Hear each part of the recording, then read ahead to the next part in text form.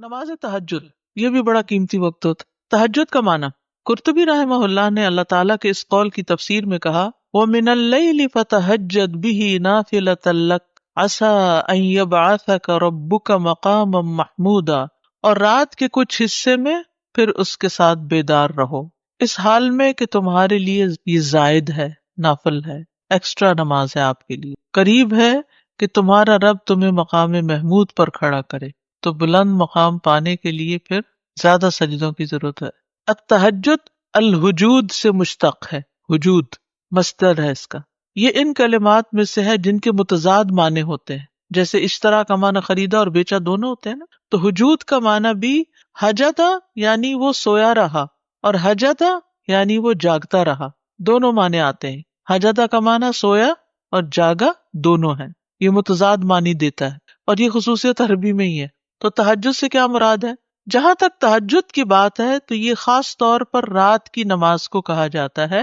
بعض لوگوں نے اس کی قید یہ بیان کی ہے کہ رات کو سو جانے کے بعد دوبارہ اٹھ کر نماز ادا کرنا تہجد کہلاتا ہے۔ یعنی حجدہ کا معنی سویا اور حجدہ معنی جاگا، یعنی سو کے جاگ کر جو نماز پڑھی جاتی ہے وہ تہجد کہلاتی ہے۔ ٹھیک۔ قیام اللیل، اب ایک ہے قیام اللیل اور ایک ہے تہجد اور ایک ہے تراویح۔ قیام اللیل کا معنی کیا ہے؟ رات کے کچھ حصے کو نماز اور قرآن کی تلاوت اور اللہ کے ذکر میں گزارنا چاہیے، چاہے وہ ایک گھڑی ہی کیوں نہ ہو، 5 منٹ کیوں نہ ہو، 2 نفل کیوں نہ ہو، اور اس طرح کی کچھ اور عبادات میں وقت گزارنا قیام اللیل کہلاتا ہے۔ اس میں یہ شرط نہیں کہ وہ رات کا اکثر حصہ اسی طرح گزارے، یاد رکھیے یہ بڑی خوشخبری ہے، جو لوگ تھوڑی دیر بھی اسپیئر کر سکتے ہیں، اور آج کل ماشاءاللہ یہاں کی راتیں ہی راتیں ہیں، تو اس میں یعنی کہ اتنی دیر سے جب فجر ہو رہی ہو تو اس سے پہلے کسی بھی وقت آدھا گھنٹہ پہلے بھی اگر انسان اٹھ جاتا ہے تو اس چیز کو کر سکتا ہے۔ مراق الفلاح میں آیا قیام اللیل کا معنی رات کا بڑا حصہ اللہ کی اطاعت میں مشغول ہو کے گزارنا، یعنی یہ بھی رائے ہے، اور کہا جاتا ہے کہ ایک گھڑی وہ قرآن پڑھے یا تسبیح سنے یا تسبیح کرے یا نبی صلی اللہ علیہ وسلم پر درود بھیجے۔ کچھ لوگ ایسے ہوتے ہیں کہ ان کو صبح جلدی کام پہ جانا ہوتا ہے، ان کے پاس وقت نہیں ہوتا، تو کام پہ جاتے ہوئے بھی راستے میں خوب اللہ کا ذکر کرتے جائیں، تلاوت کرتے جائیں یا سنتے جائیں، ٹھیک ہے، تو وہ اس سعادت کو پا لیں گے جو رات کے وقت اللہ کی عبادت کی ہے۔ قیام اللیل کے معنی میں عمومیت ہے، یعنی کھڑا ہونا ہی مراد نہیں ہے بلکہ رات کو جاگ کے عبادت کرنا ہے۔ قیام اللیل تہجد کے معنی کی نسبت زیادہ عام اور شامل ہے، یعنی اس میں سب کچھ شامل ہے، قیام اللیل میں سب کچھ شامل ہے، اس میں وہ نماز بھی شامل ہے جو نیند سے پہلے کی اور جو سو کر اٹھنے کے بعد ادا کی جائے۔ یعنی قیام اللیل میں ضروری نہیں کہ آپ سو کے اٹھیں تو ہی آپ قیام اللیل کر سکتے ہیں، رمضان میں جو آپ سوئے بغیر تراویح پڑھتے ہیں وہ بھی قیام اللیل ہی ہوتا ہے، لیکن ہم عام طور پر قیام اللیل کس کو سمجھتے ہیں؟ وہ آخری حصے میں جو نماز رات مسجد میں رک کے پڑھتے ہیں وہ قیام اللیل ہوتا ہے، جبکہ تہجد کی نماز کے ساتھ خاص ہے۔ اس کے بارے میں 2 قول ہیں۔ پہلا قول، رات کی مطلق نماز کو تہجد کہا جاتا ہے، اکثر فقہا کا یہ خیال ہے، یعنی رات کے کسی حصے میں بھی پڑھ لیں، عشاء کے بعد چند نفل اور پڑھ لیں، درمیان میں پڑھ لیں، جو لوگ رات بھر جاگتے رہتے ہیں وہ سونے سے پہلے پڑھ لیں یا سو کے اٹھ کے پڑھ لیں، سب تہجد ہی کہلائے گا۔ دوسرا قول یہ کہ کچھ دیر سونے کے بعد اٹھنا جو ہے وہ تہجد کہلاتا ہے، یعنی معنی میں اختلاف ہے، لیکن اصل بات تو ایک ہی ہے نا، اور وہ کیا ہے؟ رات کی نماز۔ ٹھیک ہے، قیام اللیل کیا ہے؟ رات کی نماز، تسبیح، قرآن کا پڑھنا۔ تہجد، قیام اللیل، تراویح میں فرق، یہ تو اتنا ایشو رہتا ہے کچھ نہ پوچھے۔ ابن باز رحمہ اللہ سے پوچھا گیا کہ نماز تراویح، قیام اللیل اور تہجد میں کیا فرق ہے، آپ ہمیں فتویٰ دیں، اللہ آپ کو اجر دے۔ تو انہوں نے جواب دیا کہ رات کی نماز کو تہجد بھی کہا جاتا ہے اور قیام اللیل بھی کہا جاتا ہے۔ کیا کہا؟ رات کی نماز کو تہجد بھی کہا جاتا ہے اور قیام اللیل بھی کہا جاتا ہے۔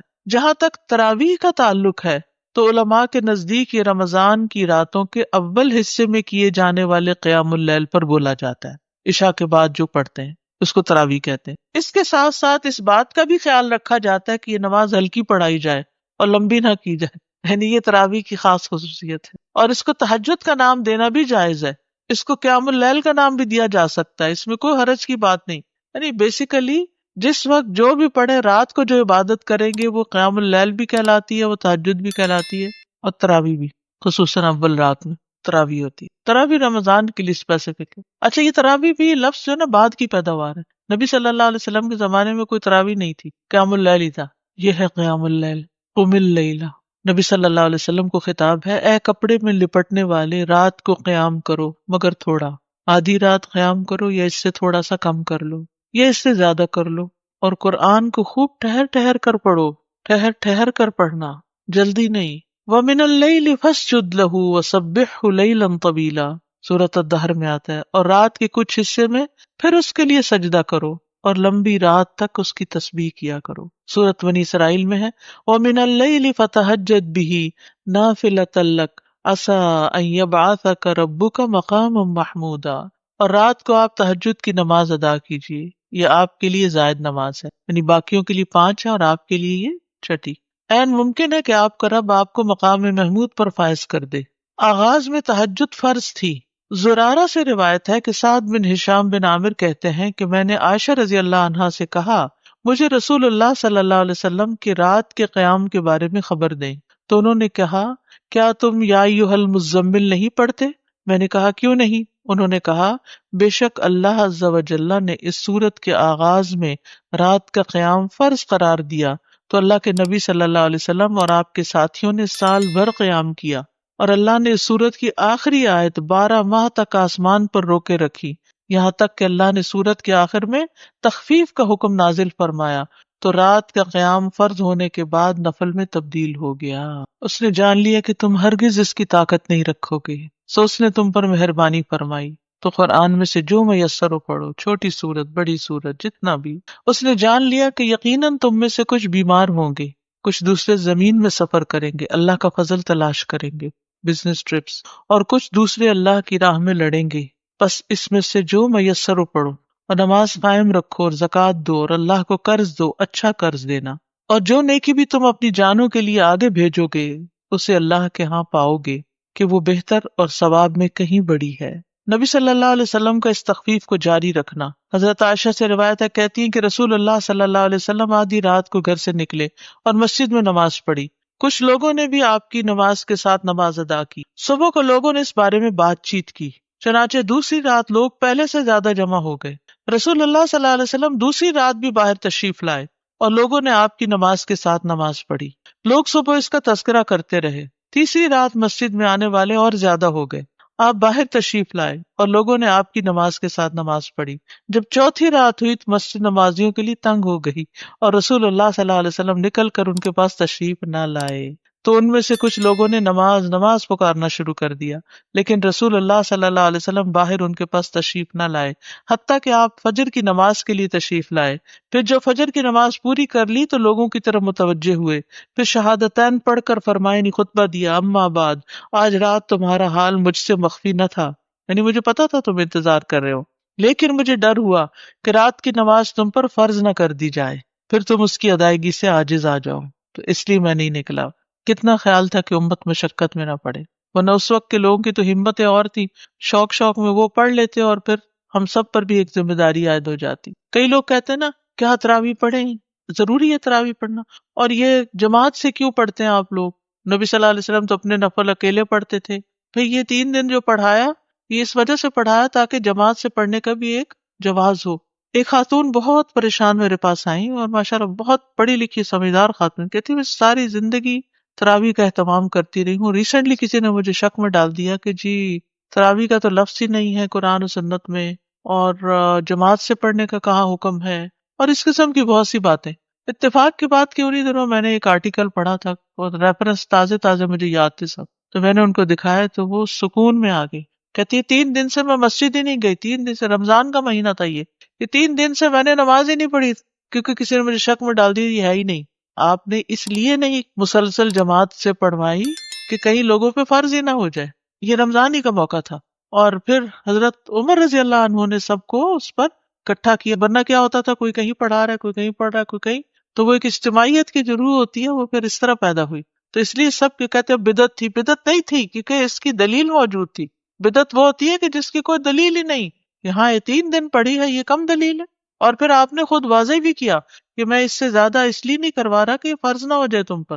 نبی صلی اللہ علیہ وسلم کا تہجد کا خوب اہتمام کرنا. نبی صلی اللہ علیہ وسلم نماز تہجد میں اتنا قیام فرماتے کہ آپ کے قدم یا پنڈلیوں پہ ورم آ جاتا تھا. بس جب آپ سے اس کے متعلق کچھ عرض کیا جاتا تو آپ فرماتے کیا میں اللہ کا شکر گزار بندہ نہ بنوں؟ یہ ہے شکرانے کے نفل کہ آپ تہجد جو پڑھتے تھے اسی کو ہی شکرانہ قرار دیتے اور لمبا قیام کرتے. ہم جو شکرانے کے نام پہ نفل پڑھتے بھی ہیں تو وہ کیسے پڑھتے ہیں، کتنی جلدی جلدی پڑھتے ہیں. عبداللہ بن عمیر نے حضرت عائشہ سے کہا رسول اللہ صلی اللہ علیہ وسلم کا کوئی تعجب انگیز عمل جو آپ نے دیکھا وہ بیان کرے. وہ رونے لگی اور کہا آپ راتوں میں سے ایک رات کو کھڑے ہوئے اور فرمایا اے عائشہ مجھے چھوڑ دو کہ میں اپنے رب کی عبادت کر لوں. کہتی ہیں میں نے کہا اللہ کی قسم میں آپ کی قربت کو پسند کرتی ہوں، یعنی میں چاہتی ہوں آپ میرے پاس دیں، لیکن وہ چیز بھی پسند ہے جو آپ کو خوش کر دے. کہتی ہیں آپ اٹھے، وضو کیا اور نماز کے لیے کھڑے ہو گئے. آپ مسلسل روتے رہے یہاں تک کہ آپ کی گود بھیگ گئی، پھر روئے اور روتے رہے حتیٰ کہ زمین تر ہو گئی. اتنے میں بلال رضی اللہ عنہ نماز فجر کی اطلاع دینے کے لیے آئے. جب انہوں نے آپ کو روتا ہوا پایا تو کہا اللہ کے رسول آپ اتنا کیوں رو رہے ہیں، حالانکہ اللہ نے آپ کے اگلے پچھلے گناہ معاف کر دیے ہیں. آپ نے فرمایا کیا میں اللہ کا شکر گزار بندہ نہ بنوں؟ آج رات مجھ پر چند آیات نازل ہوئی، اس آدمی کے لیے ہلاکت ہے جس نے ان کو پڑھا لیکن ان پہ غور و فکر نہیں کیا، اور وہ ہے سورۃ آل عمران کی آخری آیات ان فی خلق السماوات والارض واختلاف اللیل والنہار. نبی صلی اللہ علیہ وسلم کو تہجد نہ چھوڑنا. اللہ کے نبی جب کوئی نماز پڑھتے تو آپ پسند کرتے کہ اس پر قائم رہیں، اور جب آپ صلی اللہ علیہ وسلم پر نیند یا بیماری غالب آ جاتی اور رات کا قیام نہ کر سکتے تو آپ دن میں 12 رکعتیں پڑھ لیتے. نبی صلی اللہ علیہ وسلم کا گھر والوں کو تہجد کے لیے اٹھانا. حضرت علی بن ابی طالب رضی اللہ عنہ سے روایت ہے کہ رسول اللہ صلی اللہ علیہ وسلم رات کے وقت میرے اور فاطمہ کے پاس تشریف لائے اور ہمیں نماز تہجد کے لیے جگایا. پھر آپ اپنے گھر کی طرف لوٹ گئے اور رات کافی دیر تک نماز پڑھتے رہے. تو آپ نے ہماری طرف سے کوئی آہٹ نہ سنی تو دوبارہ ہماری طرف تشریف لائے اور ہمیں پھر جگایا اور فرمایا دونوں اٹھو اور نماز پڑھو، جیسے ہم اپنے بچوں کو کہتے ہیں. میں آنکھیں ملتا وہ اٹھ کر بیٹھ گیا اور کہہ رہا تھا اللہ کی قسم بے شک ہم تو وہی نماز پڑھیں گے جو اللہ نے ہماری قسمت میں لکھی. یقیناً ہمارے نفس اللہ کے ہاتھ میں، وہ اگر چاہے گا کہ ہمیں اٹھائے تو ہمیں اٹھا دے گا. کہتے پھر رسول اللہ صلی اللہ علیہ وسلم اپنی ران پہ ہاتھ مارتے ہوئے تشریف لے گئے اور فرما رہے تھے ہم وہی نماز پڑھیں گے جو اللہ نے ہماری قسمت میں لکھی. وَكَانَ الْإِنسَانُ أَكْثَرَ شَيْءٍ جَدَلًا. حقیقت یہ کہ انسان سب سے زیادہ جھگڑالو ہے، یعنی ہم ہمیشہ اپنے لیے کوئی نہ کوئی دلیل تلاش کر لیتے ہیں جب ہم نے کوئی کام نہیں کرنا ہوتا. آخرت کی فکر کے لیے رات کو جگانا. ام سلمہ بیان کرتی کہ نبی صلی اللہ علیہ وسلم ایک رات بیدار ہوئے تو فرمایا سبحان اللہ، آج رات کس قدر سنگین فتنے نازل ہوئے اور کس قدر عظیم خزانے اتارے گئے. کون ہے جو ان حجروں میں سوئی ہوئی عورتوں کو بیدار کرے؟ اپنی ازواج کی طرف اشارہ تھا. بہت سی عورتیں جو دنیا میں لباس پہننے والی ہیں آخرت میں برہنہ ہوں گی، کیونکہ بغیر لباس کے اٹھیں گے نا سب. لوگوں کو تہجد کی ترغیب دلانا، یعنی اپنے گھر والوں سے شروع کیا اور اب عام لوگوں کے لیے بھی. ابی ابن کعب فرماتے کہ جب رات کا تہائی حصہ گزر جاتا تو رسول اللہ صلی اللہ علیہ وسلم اٹھ کھڑے ہوتے اور فرماتے اے لوگو اللہ کو یاد کرو، اللہ کو یاد کرو، سور پھونکنے کا وقت آ گیا ہے. پھر اس کے بعد دوسری مرتبہ بھی پھونکا جائے گا. موت اپنے پیش آنے والے حالات کے ساتھ آ پہنچی، موت اپنے پیش آنے والے حالات کے ساتھ آ پہنچی، یعنی موت قریب ہے، تیاری کرو، یہ مطلب تھا. سلف صالحین کا نوجوانوں کو تہجد کے لیے اٹھانا. محمد بن یوسف کہتے ہیں سفیان ثوری رحمہ اللہ ہمیں رات کو قیام کرواتے اور کہتے اے نوجوانوں قیام کرو، جب تک تم جوان ہو نماز پڑھتے رہو، اگر تم آج نماز نہیں پڑھو گے تو کب پڑھو گے. ابن عمر کہتے ہیں عبادات میں سب سے پہلی عبادت جس میں کمی آتی ہے وہ رات کو تہجد کی نماز ہے اور اس میں اونچی آواز سے قرآن پڑھنا ہے. تو یہ جو نوجوانوں کو پڑھانا ہے نا، ہمارے بچے تو فرض نماز بھی مشکل پڑھتے ہیں تو تہجد کا پڑھیں گے. اللہ ماشاء اللہ کچھ بچوں کو تو اللہ تعالیٰ توفیق دیتا ہے اور وہ جوانی میں ہی پڑھنا شروع کر دیتے. ہمیں یاد ہے کہ ہمارے والد ہمیں اس بات پہ اجازت دیتے تھے کہ اپنے فرینڈس کو رات کو اکٹھا کر لیں اور رات جاگ کر نمازیں پڑھیں. اکیلے اکیلے پڑھنا مشکل ہے تو ان کا مقصد یہ ہوتا تھا کہ ہم مل کے، وہ اکثر بچے کہتے ہیں نا سلیپ اوور کے لیے جانا ہے یا فرینڈس کو بلانا ہے، تو ہم ٹوٹل نہ کر دیتے. تو اس میں یہ ہے کہ اپنے گھر پہ بلا لیں اور ان سے کہیں کہ مل کے تہجد پڑھیں، اور ٹھیک ہے کچھ اور گپ شپ بھی، لیکن آپ دیکھیے کہ پھر ہوتا کیا ہے عام طور پر تو پھر کھیل تماشے ہی ہوتے ہیں اور کھانا پینا. جی قیام نائٹ نہ ہونے سے بہتر ہے اگر تھوڑا سا بھی 2 رکعتیں بھی پڑھ لینا، کہیں اور جا کے رات گزارنے سے تو بہتر ہے کہ مسجد میں تو ہے نا. وہ فار لائف اس کی ہیبٹ بھی بن جاتی، پھر انسان کو چھوڑنے کو دل نہیں چاہتا اس چیز. دین کا کام جو لوگ کرتے ہیں نا ان کے لیے بہت ضروری ہے کہ وہ ایکسٹرا نماز پڑھیں. اگر رات کو کسی وجہ سے نہیں پڑھ سکتے تو دن میں پڑھ لیں، لیکن صرف فرض پر نہ رہیں، نوافل ضروری ہے. پہلا سوال کہ دعائے قنوت رکوع سے پہلے پڑھیں گے یا رکوع کے بعد پڑھیں گے، کیونکہ دونوں طرح کی روایات ملتی ہیں تو اس لیے ان کا تھوڑا سا تفصیلی جائزہ۔ رکوع کے بعد بھی کرنے کا جواز موجود ہے۔ دعائے قنوت رکوع سے پہلے اور بعد میں پڑھنا جائز ہے، یہ دونوں حکم ثابت ہیں، یعنی اس میں وسعت ہے۔ ہم کیا لفظ استعمال نہیں کریں گے؟ اختلاف ہے، کیا کہیں گے؟ وسعت ہے، اگرچہ زیادہ تر رکوع کے بعد ہی آیا ہے۔ بخاری اور دوسرے لوگوں نے حضرت انس سے روایت کیا ہے کہ نبی صلی اللہ علیہ وسلم نے 1 مہینے تک رکوع کے بعد قنوت پڑھا۔ آپ بنو اسیہ کے لیے بد دعا کرتے تھے۔ صحیحین میں انس رضی اللہ عنہ سے روایت ہے کہ ان سے پوچھا گیا کہ کیا رسول اللہ صلی اللہ علیہ وسلم نے صبح کی نماز میں قنوت پڑھا؟ انہوں نے کہا ہاں۔ ان سے کہا گیا کہ آپ صلی اللہ علیہ وسلم نے رکوع سے پہلے قنوت پڑھا یا بعد میں؟ انہوں نے کہا رکوع کے بعد کچھ مدت کے لیے پڑھا، یعنی کچھ مدت کے لیے وہ دعائے قنوت تھی، قنوت نازلہ جس کو کہتے ہیں۔ تو اس میں آپ کب پڑھتے تھے اس کو؟ رکوع کے بعد۔ رکوع سے قبل کرنے کا بھی جواز ہے، رکوع سے پہلے۔ ابن نصر نے صحیح سند کے ساتھ قیام اللیل کے متعلق انس رضی اللہ عنہ سے روایت کیا، کہا کہ رسول اللہ صلی اللہ علیہ وسلم، ابو بکر اور عمر رکوع کے بعد قنوت پڑھتے تھے، یہاں تک کہ جب عثمان رضی اللہ عنہ کا دور آیا تو انہوں نے رکوع سے پہلے قنوت پڑھنا شروع کیا۔ کیوں؟ تاکہ لوگ رکعت کو پالیں۔ لمبی رکعت ہوگی تو کیا ہوگا؟ زیادہ لوگ جوائن کر لیں گے جو بعد میں آ رہے ہیں۔ یعنی وہ جب وتر پڑھاتے تھے، کون کون؟ حضرت ابو بکر اور عمر، تو کب قنوت پڑھتے تھے؟ رکوع کے بعد۔ اور کس نے شروع کیا پہلے پڑھنا؟ عثمان رضی اللہ عنہ نے۔ کیوں شروع کیا؟ تاکہ لوگ یہ رکعت پالیں، ان کو وتر مل جائے، یہ مقصد تھا۔ امام بخاری نے انس رضی اللہ عنہ سے روایت کیا کہ انس سے پوچھا گیا کہ قنوت رکوع کے بعد ہے یا قرات سے فارغ ہونے کے وقت؟ انہوں نے کہا نہیں، بلکہ قرات سے فارغ ہونے کے وقت۔ یہ حضرت انس کی روایت ہے۔ علقمہ سے مروی ہے کہ ابن مسعود اور نبی صلی اللہ علیہ وسلم کے صحابہ وتر میں رکوع سے پہلے قنوت پڑھتے تھے۔ ابی ابن کعب کی حدیث ہے کہ نبی صلی اللہ علیہ وسلم رکوع سے پہلے قنوت کرتے تھے۔ تو ان ساری روایات کو ملا کر دیکھیں تو دونوں کاموں کا جواز ملتا ہے۔ سنن ابن ماجہ میں حضرت انس کا یہ قول ثابت ہے کہ ہم رکوع سے پہلے اور بعد میں قنوت پڑھتے تھے۔ حضرت انس ہی کہہ رہے ہیں کہ بعد اور پہلے دونوں طرح پڑھتے تھے۔ یہ تمام احادیث دونوں کاموں کے جائز ہونے پر دلالت کرتی ہیں، اسی لیے امام بخاری نے اپنی صحیح میں باب باندھا ہے، باب القنوت قبل الرکوع و بعدہ، رکوع سے پہلے اور اس کے بعد میں قنوت کرنا۔ اور ابن تیمیہ نے کہا، جیسا کہ مجموع الفتاوی میں ہے، کہ اہل حدیث کے فقہا جیسے کہ امام احمد وغیرہ دونوں کاموں کو جائز قرار دیتے ہیں، یعنی پہلے اور بعد میں دونوں، کیونکہ صحیح سنت میں دونوں عمل آئے ہیں۔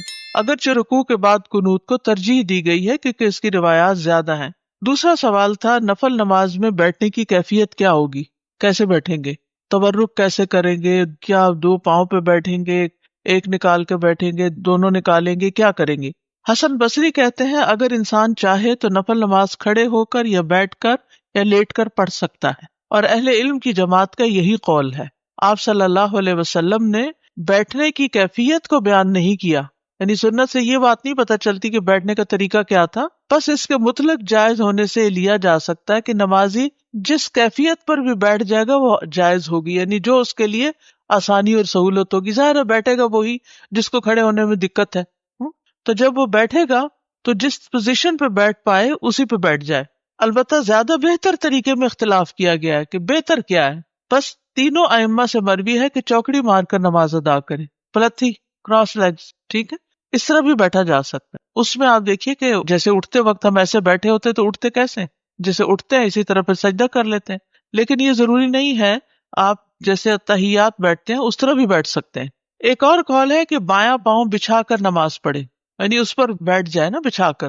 ایک اور قول ہے کہ سرین کے بل بیٹھ کر، یعنی بائیں پاؤں کو آگے نکال کر جسے وہ لیگ کے اندر سے نکالتے ہیں، نماز پڑھے، اور ان تمام کیفیات کے بارے میں احادیث موجود ہیں۔ نماز بیٹھ کر پڑھنے والے کی کیفیت کے بارے میں حدیث مطلق ہے، بعض اہل علم نے کہا کہ مقید بیان نہیں کی گئی تو انسان کے لیے جائز ہے کہ وہ چوکڑی مار کر بھی بیٹھ کے نماز پڑھ لے، یعنی بیٹھنے کے جو بھی طریقے ان میں سے کسی بھی طریقے پہ بیٹھ جائے، سہولت ہے، ٹھیک ہے۔ کرسی پہ بھی بیٹھ سکتے ہیں، یعنی بعض لوگ نیچے بیٹھ ہی نہیں سکتے تو وہ کرسی پہ بیٹھ کے پڑھ سکتے ہیں اشارے کے ساتھ، یا یہ بھی کر سکتے ہیں کہ صرف اتحیات میں بیٹھ جائیں اور باقی کچھ قیام کھڑے ہو کے کریں، کچھ بیٹھ کے کریں، یا سارا بیٹھ کے کریں اور رکوع کھڑے ہو کے کر لیں اور پھر سجدے میں چلے جائیں، اور پھر تحیات بیٹھ کے پڑھ، یعنی اس میں کوئی خاص اور پابندی نہیں لگائی گئی، تو وسعت کی وجہ سے آپ کے لیے سہولت ہے۔ پھر ہے نماز میں سورۃ الاخلاص کی تکرار، یہ بھی کسی نے سوال کیا تھا آپ میں سے، سوال تھا کیا یہ ممکن ہے کہ میں نفل نماز میں ایک ہی سورت پڑھوں؟ مثال کے طور پر میں سورۃ اخلاص کو ایک سے زیادہ مرتبہ پڑھتا جاؤں، گویا کہ میں ایک رکعت میں 100 دفعہ پڑھوں۔ بعض لوگ اس طرح کرتے ہیں نا، کئی لوگ وظیفے بتاتے ہیں، حاجت کے نفل بتاتے ہیں، یہ سورت 15 دفعہ پہلی رکعت میں اور دوسری میں، یہ سب خود ساختہ طریقے ہیں۔ الحمدللہ ایک ہی رکعت میں یا 2 رکعت میں کسی سورت کو بار بار لوٹا کر پڑھنے میں کوئی حرج نہیں ہے، کوئی اس میں منع نہیں کیا گیا کہ 2 دفعہ نہیں پڑھ سکتے، 3 دفعہ نہیں پڑھ سکتے، خاص طور پر قل هو اللہ احد، کیونکہ اس کی بہت عظیم فضیلت ہے، کیونکہ یہ سورت توحید اور رب تعالیٰ کی صفات پر مشتمل ہے۔ امام بخاری نے روایت کیا کہ ابو سعید خدری سے روایت ہے کہ ایک آدمی نے دوسرے آدمی سے سنا کہ وہ قل هو اللہ احد بار بار پڑھ رہا ہے۔ جب صبح ہوئی تو اس نے رسول اللہ صلی اللہ علیہ وسلم کی خدمت میں حاضر ہو کر اس واقعے کا ذکر کیا، گویا وہ اس عمل میں کوئی بڑا ثواب خیال نہ کرتا تھا۔ تو رسول اللہ صلی اللہ علیہ وسلم نے فرمایا مجھے اس ذات کی قسم جس کے ہاتھ میں میری جان ہے، یہ سورت قرآن کی 1 تہائی کے برابر ہے۔ لیکن 2 کاموں سے بچنا ضروری ہے تکرار میں۔ نمبر 1، گنتی معین نہ کریں کہ 10 دفعہ ہی پڑھنی ضروری ہے۔ ان میں سے ایک یہ ہے کہ تکرار معین گنتی کے ساتھ نہ ہو، اگر وہ معین کر لے گا یعنی فکس کر لے گا، وہ نہ اس سے زیادہ پڑھے گا نہ کم، تو یہ بدعت ہوگی، کیونکہ یہ خود ساختہ طریقہ ہے، خود ایجاد کیا، لوگوں کو پابند کیا۔ یعنی کچھ لوگ اس طرح کی چیزیں لکھ کر عام کر دیتے ہیں یا دوسروں کو کہتے ہیں 3 دفعہ لازمی پڑھنا ہے۔ مذکورہ حدیث میں گنتی کی تعین نہیں، نہ ہی یہ سلف سے معروف ہے، اور جو چیز شریعت میں متعین نہیں اس کی تعین جائز نہیں، اس کا بغیر کسی تعین کے مطلق ہونا جائز ہوگا۔ جیسے لوگ کہتے ہیں نا کتنی دفعہ آیت کریمہ پڑھیں، وہ کہیں نہیں بتایا گیا کتنی دفعہ، جتنا سہولت سے پڑھ سکتے ہو۔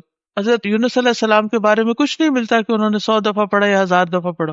اصل بات یہ کہ پڑھنے کی کوالٹی کیا ہے، یہ زیادہ امپورٹنٹ ہے۔ نمبر 2، اسے عادت نہ بنایا جائے کہ مثلا ہر روز فجر کی نماز میں آپ پہلی رکعت میں 20 دفعہ، دوسری میں 15 دفعہ قل هو اللہ پڑھ رہے ہیں، یہ نہیں ہونا چاہیے۔ انسان جب بھی رات کو قیام کرے تو ایک سورت کے بار بار پڑھنے کو عادت نہ بنا لے، کہ آپ دیکھیں کہ کوئی شخص ہر رات ایک ہی سورت پڑھتا ہے اور اسے تبدیل نہیں کرتا، یہ بھی مشروع نہیں، نہ سلف صالحین کے عمل میں سے ہے۔ بس جب وہ اس کام کو کرنا چاہے تو کبھی کبھار ہی کرے، اس پر دوام نہ کرے۔ اس کو چاہیے کہ سنت کے عمل کو اور اس کام کو عادت بنائے جس پر پہلے لوگ عمل کیا کرتے تھے، وہ ہر رکعت میں سورۃ الفاتحہ کے ساتھ کوئی ایک سورت پڑھے یا کسی سورت کا کچھ حصہ پڑھے۔ اور تکرار کرنا جو ہے وہ کچھ افضل نہیں ہے، اگرچہ پڑھنے میں کوئی حرج نہیں، لیکن اس میں کوئی ایسا نہیں کہ یہ زیادہ ثواب کا کام ہے۔ اوکے، کیونکہ آپ نے اسی کی فضیلت بتائی نا کہ وہ تو 1 تہائی قرآن کے برابر ہے، تو اس سورت کو معمولی کیوں سمجھتے ہو؟ اور تکرار سے منع نہیں کیا تھا، لیکن تکرار فکس کرنا جو ہے اپنے پاس سے وہ ٹھیک نہیں۔ سورہ ملک ہم عشاء کے آخری 2 رکعت میں سے جی پڑھ سکتے ہیں، چاہے وہ فرضوں میں پڑھیں چاہے نفلوں میں پڑھیں، تو وہ اس کی تلاوت کا وہ ادا ہو جائے حق ادا ہو جائے گا انشاءاللہ۔ لیکن اس کو لازم اس وقت پابند نہ کر لیں اپنے آپ کو، کبھی اس میں پڑھیں کبھی نہ بھی پڑھیں۔ یہ ہم نے پڑھا تھا کہ حضرت عثمان رضی اللہ عنہ نے رکوع کے پہلے پڑھنی شروع کی تاکہ جو ہے ان کو رکعت مل جائے لوگوں کو، تو اس صورت میں سورہ فاتحہ تو مس ہو گئی، تو پھر ہمیں رکعت ریوائز کرنی پڑے گی، ریپیٹ کرنی پڑے گی؟ نہیں، جب وہ آئے گا لمبا ہو جائے گا نا، جیسے 1 رکعت ویسے تو چھوٹی ہو جاتی ہے، لیکن اگر قنوت پڑھنی شروع کی تو لمبی ہو گئی رکعت، جی تو وہ پھر سورۃ فاتحہ آ کے پڑھ لے گا اپنی، کیونکہ رکعت لمبی ہو گئی ہے نا، اچھا، وہ خود سے پڑھ لیں خود گے، سے پڑھ لے گا نا۔ ٹھیک ہے۔ امام کی اگر مس بھی ہو جائے اور انسان خود سے پڑھ لے تو نماز ہو جائے گی۔ سانسا میرا یہ سوال کہ جیسے 30ویں سپارے کی جب صورتیں بڑی یاد کرنے لگتے ہیں تو پھر اسپیشلی جیسے سورہ اخلاص جیسی صورت ہے تو وہ ہم لوگ کم پڑھنے کی وہ کرتے ہیں، تو میرا یہ تھا کہ جب میں نے بخاری کے اندر اس کی فضیلت پڑھی سورہ اخلاص کی تو اس کے بعد میں نے اپنی ہر نماز کے اندر اس کو شامل کر لیا، کسی بھی ایک رکعت میں میں پڑھتی تھی یا پھر آخری رکعت میں اس کو رکھ لیا، تو یہ صحیح ہے ایسا کرنا یا نہیں؟ جی دیکھیے، مسنون ہے، فجر کی 2 سنتوں کی دوسری رکعت میں اس کا پڑھنا مسنون سورہ ہے، مغرب کی 2 سنتوں میں دوسری رکعت میں پڑھنا مسنون ہے، اسی طرح ظہر کی سنتوں میں بھی آپ 2 سنتوں کی آخری رکعت میں اس کو پڑھ لیں۔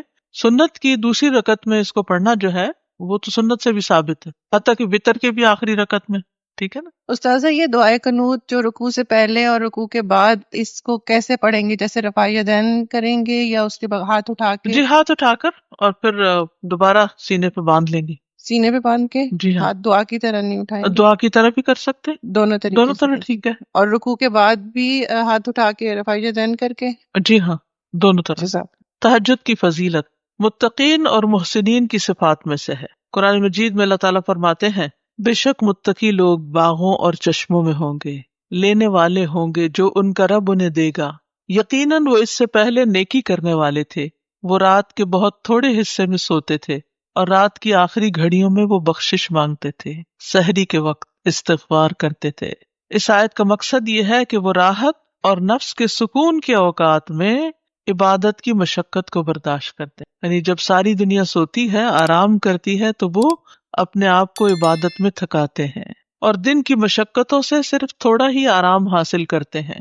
حسن بصری کہتے ہیں انہوں نے رات کے قیام کی تکلیف کو برداشت کیا اور وہ قیام کرنے کے لیے رات کو تھوڑا ہی سوتے ہیں، یعنی تھوڑا سا سوتے ہیں پھر کھڑے ہو کر عبادت کرنا شروع کر دیتے ہیں۔ راتوں کو قیام کرنے والوں کی تعریف کی گئی ہے قرآن مجید میں، فرمایا امن هو قانت آناء اللیل ساجدا وقائما یحذر الآخرة ویرجو رحمت ربہ قل هل يستوی الذین یعلمون والذین لا یعلمون انما یتذکر اولو الالباب۔ کیا یہ بہتر ہے یا وہ شخص جو رات کی گھڑیوں میں سجدہ کرتے ہوئے اور قیام کرتے ہوئے عبادت کرنے والا ہے، آخرت سے ڈرتا ہے اور اپنے رب کی رحمت کی امید رکھتا ہے؟ کہہ دو کیا برابر ہیں وہ لوگ جو جانتے ہیں اور وہ جو نہیں جانتے؟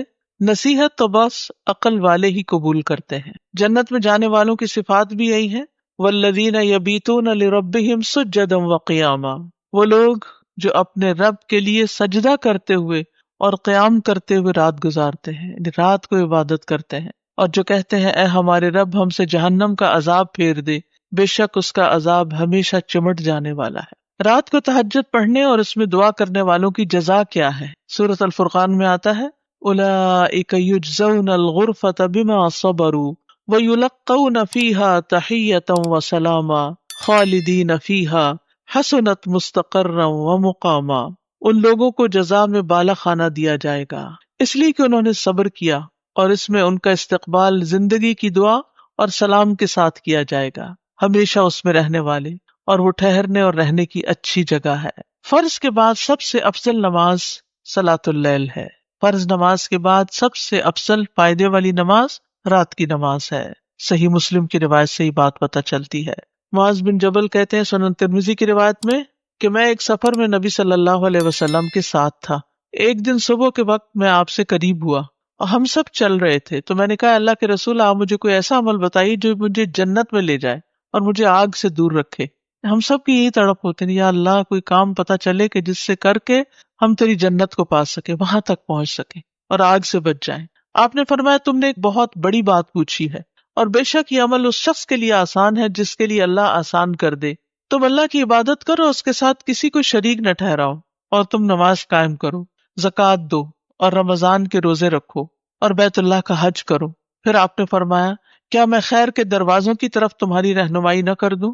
روزہ ڈھال ہے، صدقہ گناہ کو ایسے بجھا دیتا ہے جس طرح پانی آگ کو بجھا دیتا ہے، اور آدھی رات کے وقت آدمی کا نماز پڑھنا۔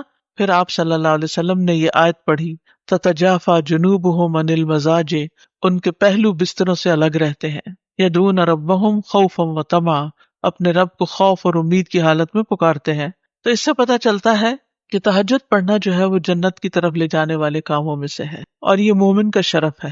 نبی صلی اللہ علیہ وسلم نے فرمایا جبریل میرے پاس آئے اور کہا اے محمد صلی اللہ علیہ وسلم جیسے چاہے زندگی گزارے، بالآخر مرنا تو ہے، جس کو چاہے اپنا محبوب بنا لے، بالآخر جدا تو ہونا ہے، جیسے چاہے عمل کرے، بالآخر اس کا بدلہ تو ملنا ہے، اور جان لے کہ مومن کا شرف یعنی عزت قیام اللیل میں ہے، اور اس کی عزت لوگوں سے بے پرواہ ہو جانے میں ہے، یعنی لوگوں کی باتوں کی پرواہ نہ کرے، اس میں اس کی عزت ہے۔ یعنی اللہ کی نگاہ میں کون معزز ہے، کب معزز ہوتا ہے؟ جب رات کو نماز پڑھے۔ اور لوگوں کی نگاہ میں معزز کون ہوتا ہے؟ جو لوگوں کی غلطیوں کو معاف کر دے اور ان سے ان کے مال، ان کے پاس جو کچھ ہے اس سے بے پرواہی اختیار کرے، اس کی لالچ نہ رکھے۔ نبی صلی اللہ علیہ وسلم کی امت کے معزز لوگ۔ ابن عباس سے روایت ہے، انہوں نے کہا کہ رسول اللہ صلی اللہ علیہ وسلم نے فرمایا میری امت کے اشراف قرآن کے حافظ اور رات کو نماز پڑھنے والے ہیں، یعنی صرف حفظ کرنا کافی نہیں بلکہ پھر اس کو راتوں کے وقت پڑھنا بھی چاہیے۔ قابل رشک انسان وہ ہے جو قرآن پڑھتا ہے اور رات کو قیام کرتا ہے۔ اس کے پہلو میں ایک شخص ہوتا ہے جو قرآن نہیں جانتا، پس وہ اس قیام کرنے اور اسے جو اللہ نے قرآن میں سکھایا اس پہ رشک کرتا ہے اور کہتا ہے اگر اللہ مجھے بھی ایسا علم دے تو میں بھی اس کی طرح قیام کروں۔ یعنی ایک شخص خود حافظ نہیں لیکن کسی کو دیکھتا ہے تو رشک کرتا ہے یا اللہ میں بھی حافظ ہوتا تو میں بھی اس کی طرح قرآن پڑھتا. کیونکہ رشک کا جذبہ انسان کے اندر ہے. تو بجائے اس کے کہ ایسی چیزوں میں رشک کرے جو دنیا سے متعلق ہے، جو فانی ہے، ہاتھ سے جانے والی ہے، کیوں نہ رشک کرے انسان نیکی کے کاموں پر کہ جو ہمیشہ ہمیشہ کے لیے فائدہ دینے والے ہیں. انبیاء کا اخلاق. فضیل بن ایاس کہتے ہیں کہا جاتا تھا کہ انبیاء اور چنے ہوئے نیک اور پاکیزہ دلوں کے حامل لوگوں کے 3 اخلاق ہوتے تھے. نمبر 1 بردباری، برداشت کر جانا، یعنی لوگوں کی بڑی بڑی باتیں سن کر غصہ نہ کرنا یا بہت زیادہ ریئیکشنری نہ ہونا. نمبر 2 اللہ کی بارگاہ میں رجوع کرنا، منیب، اواب، ہر چیز میں اللہ سے مدد مانگنا. اور تیسرے قیام اللیل میں سے کچھ حصہ.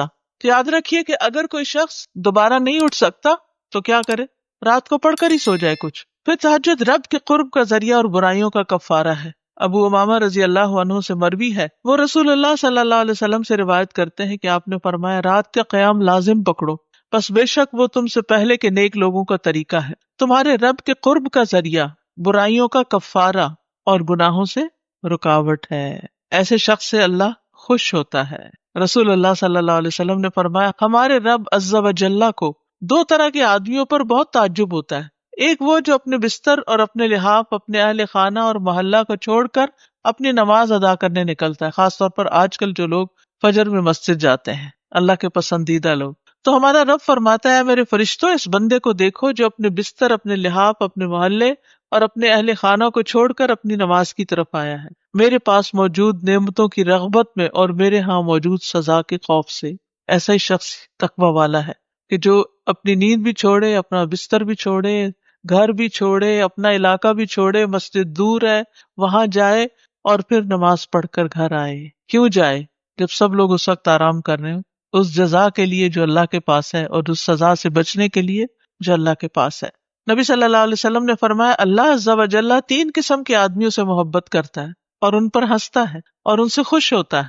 ان میں سے ایک وہ جس کی بیوی خوبصورت ہو اور اس کے پاس بہترین نرم بستر ہو لیکن وہ قیام کرنے کے لیے رات کو کھڑا ہو جاتا ہو.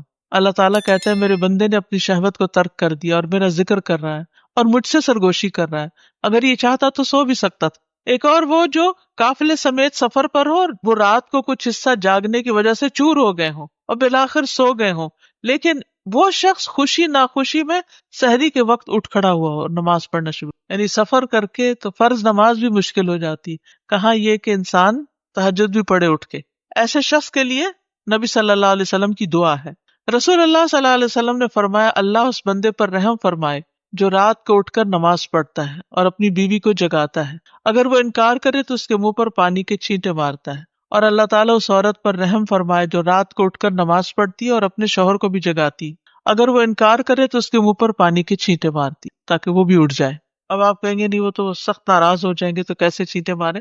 تو بات یہ کہ اچھی ازدواجی زندگی میں نا کچھ اصول ضابطے قاعدے ہوتے ہیں. جیسے آپ دیکھیے کہ گھر جو ہے نا وہ ایک چھوٹی سی اسٹیٹ ہوتی ہے، ایک مملکت کی طرح ہوتی ہے. تو ایک شہر کا یا ایک ملک کا اچھا نظام کب ہوتا ہے؟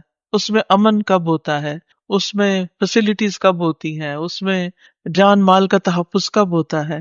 جب اس کے اندر کچھ اصول ضابطے یا دوسرے لفظوں میں لا اینڈ آرڈر ہوتا ہے اور اس کو امپلیمنٹ بھی کیا جاتا ہے. تو پھر کیا ہے، ہر کوئی ٹریفک کے قانون کو فالو کر رہا ہے. نہیں کرے گا تو کیا ہوگا؟ جن ملکوں میں نہیں کرتے آپ دیکھیے روز کتنے ایکسیڈنٹس ہوتے ہیں، کتنی جانیں چلی جاتی ہیں. تو اسی طرح ہر گھر کے لیے بھی کچھ قانون قاعدے ہونے چاہیے اور وہ آپس میں مل بیٹھ کر، جیسے آپ کلاس روم کے رولز طے کرتے ہیں تو ایسے ہی گھر والے بیٹھ کر کچھ رولز طے کر لیں کہ گھر میں کیا کریں گے ہم اور کیا نہیں کریں گے، اور پھر ان کو اپڈیٹ بھی کر لیا کریں مہینے میں 1 دفعہ یا موسم بدلنے پر یا جیسے بھی. تو اس سے کیا ہوگا کہ ہر شخص سکون سے اپنی اپنی جگہ کام کر رہا ہوگا اور ہر ایک کو پتا ہے کون کس وقت سویا، کس وقت اٹھے گا، کس کو کیا کرنا ہے کیا نہیں. ورنہ کیا ہوتا ہے جب آپس کی کمیونیکیشن نہیں ہوتی نا تو انسان ایک کونے میں ایک کڑ رہا ہے، دوسرے میں دوسرا کچھ کرمبل کر رہا ہے، کوئی کچھ کر رہا ہے، کوئی شور ہنگامہ کر رہا ہے. نہیں، امن سے رہنے کے لیے قانون قاعدے بڑے ضروری ہوتے ہیں. ہم پہ قانون قاعدوں کی پابندی بڑی بھاری ہوتی ہے ہمارے نفس کو، چاہے وہ کسی ادارے میں ہو، چاہے کسی کلاس روم میں ہو، چاہے وہ گھر میں ہو، چاہے کسی مملکت میں ہو. اب لوگ ویسٹ کی تعریف تو بہت کرتے ہیں اور کہتے ہیں بڑی آزادی. کس بات کی آزادی؟ کوئی ایک کام تو آپ اپنی مرضی سے نہیں کر سکتے. ہر چیز میں قاعدہ اور قانون ہے. کوئی چھوٹا سا بھی کام کرنے جائے تو اتنے قانونوں کی لسٹ ہے. سب سے کامیاب لائرز تو یہاں ہیں، بہترین پیشہ ہے، لیکن اس کا فائدہ بھی تو آپ دیکھیے نا. پھر اگرچہ جکڑے ہوئے لیکن پھر امن بھی تو ہے نا، سکھ کی نیند بھی تو سوتے ہیں، خوف تو نہیں ہے، رات کو ڈرائیو بھی کر لیتے ہیں. ہاں، ایک شہر سے دوسرے شہر میں لمبے فاصلے امن و امان سے طے ہو رہے ہیں، عورتیں ڈرائیو کر رہی ہیں، مرد ڈرائیو کر رہے ہیں، کوئی خوف تو نہیں ہے نا، کیونکہ قانون ہے ایک. تو یہ قانون قاعدے گھر میں بھی ہونے چاہیے. مثلاً کچھ گھروں کا قاعدہ ہوتا ہے کہ ڈنر پہ سب کو لازم بیٹھنا ہے، اتنے بجے گھر میں لازمی آنا ہے، ہر ایک کو نماز پڑھنی ہے. تہجد کے لیے مثلا ہسبینڈ وائف کو اٹھنا تو پہلے سے طے کر لیں اور ایک دوسرے کو کہہ کے سوئیں، تم پہلے اٹھ گئی تو مجھے اٹھانا، نہ اٹھو تو چینٹے مارنا. یعنی پہلے سے ہی طے کر لیں. یہ نہیں کہ اچانک نہ بتایا نہ پتا نہ حدیث پڑھ کے گئے گھر، آج تو ہے چیٹے ہی مارو گی تو آپ دیکھیں پھر آپ چیٹے ماریں گی تو آپ کو مار پڑے گی. تو آپ دیکھیں جیسے ڈاکٹر کے پاس جاتے تو وہ آپ کو بتاتے کہ میں آپ کے ساتھ یہ اور یہ اور یہ کروں گا، تو پہلے سے بتا دیتا ہے. تھوڑی سی آپ کو پین ہوگی تو آپ اس طرح بریتھ کریں، یہ کریں وہ، تو وہ کمیونیکیشن سے دوسرا شخص مینٹلی تیار ہوتا ہے کہ اب میرے ساتھ کیا ہونے والا ہے. سب کو پتا ہو کہ گھر میں میرے ساتھ کیا ہونے والا ہے، اس کے لیے تیار ہے. پھر رات کو آسمان کے دروازے کھلتے ہیں. نبی صلی اللہ علیہ وسلم نے فرمایا آدھی رات کو آسمان کے دروازے کھول دیے جاتے ہیں اور ایک پکارنے والا آواز دیتا ہے کہ کوئی دعا کرنے والا ہے کہ اس کی دعا قبول کی جائے، کوئی مانگنے والا ہے کہ اسے دیا جائے، کوئی مصیبت زدہ ہے کہ اس کی مصیبت دور کر دی جائے. پھر جو مسلمان اس وقت دعا کرتا ہے تو اللہ تعالیٰ اس کی دعا قبول کرتا ہے، سوائے زانیہ عورت کے جو اپنی شرمگاہ کے ذریعے کمائی کرتی ہے اور ٹیکس وصول کنندہ کی، یعنی ناجائز ظالمانہ ٹیکس جو پہلے زمانے میں اگر کوئی کسی کی زمین سے گزرتا تھا یا اور اسی طرح عائد کیے ہوتے تھے، پرسنل بینیفٹس کے لیے پھر وہ لیتے تھے. اللہ تعالیٰ کا آسمان دنیا پر نزول. رسول اللہ صلی اللہ علیہ وسلم نے فرمایا ہمارا رب تبارک و تعالیٰ ہر رات کو اس وقت آسمان دنیا پر آتا ہے جب رات کا آخری تہائی حصہ رہ جاتا ہے. وہ کہتا ہے کوئی جو مجھ سے دعا کرے تو میں اس کی دعا قبول کروں، ہے کوئی جو مجھ سے مانگے تو میں اس کو عطا کروں، ہے کوئی جو مجھ سے بخشش طلب کرے تو میں اس کو بخش دوں. نبی صلی اللہ علیہ وسلم نے فرمایا تمام اوقات سے زیادہ بندہ پچھلی رات میں اپنے رب کے قریب ہوتا ہے، بس اگر تم سے ہو سکے تو تم اس گھڑی میں اللہ کو یاد کرنے والوں میں سے بن جاؤ تو ضرور بن جاؤ. یعنی اس وقت کے لیے دعائیں تیار رکھیں، چاہے کہیں لکھی ہوئی ہو، چاہے دعاؤں کی کتاب ہو یا ایپ ہو یا کچھ بھی ہو. تو آج کل آپ دیکھیں کہ کتنی 6:15 سے اگر آپ 5:30 بھی 5:45 بھی اٹھ جائیں، 6 بجے بھی اٹھ جائیں تو آپ دیکھیں 15 منٹ تو دعاؤں کے لیے ہے نا، اور اللہ کے قریب ہونے کے لیے. نبی صلی اللہ علیہ وسلم نے فرمایا تمام اوقات سے زیادہ بندہ پچھلی رات میں رب کے قریب ہوتا ہے، بس اگر تم سے ہو سکے تو تم اس گھڑی میں اللہ کو یاد کرنے والوں میں سے بن جاؤ تو ضرور بن جاؤ. اور اگر آپ سے نہیں اٹھا جائے، بیمار ہے، تکلیف میں ہے، رات بہت دیر سے سوئے، کوئی بھی وجہ نہیں اٹھ پا رہے، آنکھ کھل گئی ہے، لیٹے لیٹے ہی ذکر شروع کر دیں. لیٹ کر بھی دعائیں مانگ سکتے ہیں لیکن دعائیں مانگنا نہ بھولیے، یعنی کچھ نہ کچھ ضرور مانگیے. نیت کر کے سو جانے پر بھی اجر ہے. نبی صلی اللہ علیہ وسلم نے فرمایا جو اپنے بستر پر آئے اور اس کی نیت یہ ہو کہ وہ رات کو اٹھ کر نماز پڑھے گا، پھر اس پر نیند کا ایسا غلبہ ہوا یہاں تک کہ سوتے سوتے صبح ہو گئی، تو اس نے جو نیت کی اس کے لیے وہی اجر لکھ دیا جاتا ہے اور اس کی نیند اس کے رب کی جانب سے اس پر صدقہ ہوگی. نبی صلی اللہ علیہ وسلم نے فرمایا سلام پھیلاؤ، اچھی گفتگو کرو، صلہ رحمی کرو، اور راتوں کو جب لوگ سو رہے ہو تو تم قیام کرو، تم سلامتی کے ساتھ جنت میں داخل ہو جاؤ گے. آپ دیکھ کتنی خوبصورت سلام پھیلاؤ. یاد رکھیے بچپن سے بچوں کو سلام کی عادت ڈال دینی چاہیے، اور یہ نہیں کہ انہیں کہا جائے سلام کرو، نہیں، سلام کر دیں. آپ کو جب آپ خود بار بار سلام کریں گے تو ان کو عادت بن جائے گی، وہ بھی کرنا شروع کر دیں. اچھی گفتگو کرو، یعنی پازیٹیو تھنکنگ ہو تو پازیٹیو گفتگو ہوتی. اچھے موضوعات تلاش کرو گفتگو کے جس میں نہ غیبت ہو، نہ بہتان ترازی ہو، نہ چغل خوری ہو، نہ کچھ اور اس طرح کا، بلکہ اچھی باتیں ہوں. اور رشتہ داروں کے ساتھ جوڑو، اور رات کو جب لوگ سو رہے ہو تو قیام کرو. سلامتی سے جنت میں داخل ہو جاؤ گے. ایسے لوگ جنت کے خوبصورت گھروں کے وارث ہیں جو گفتگو میں نرمی کرے. اچھی گفتگو سے مراد نرم گفتگو بھی، کھانا کھلائے، اور رات کو جب لوگ سو رہے ہوں تو اللہ کے لیے قیام کرے. خواتین کے لیے بہت بڑا موقع ہے اجر کمانے کا، کھانا کھلا کر. ہم سمجھتے صرف گھر سے باہر کھانا کھلانا ہی یا مہمانوں کو کھانا کھلانا یا کسی کی دعوت کرنا ہی کھانا کھلانا ہے. گھر والوں کے لیے جو کچھ آپ پکاتے ہیں اور جو بناتے ہیں وہ بھی اس میں شامل ہو. باقی تو اللہ کا فیصلہ نا، وہ اب دے، کبھی دے، جب دے، لیکن دعا کر کے تسلی ہو جاتی کہ ہم نے اپنا کام کر لیا، ہم نے مانگ لیا، اس کے سپرد کر دیا اپنے معاملات.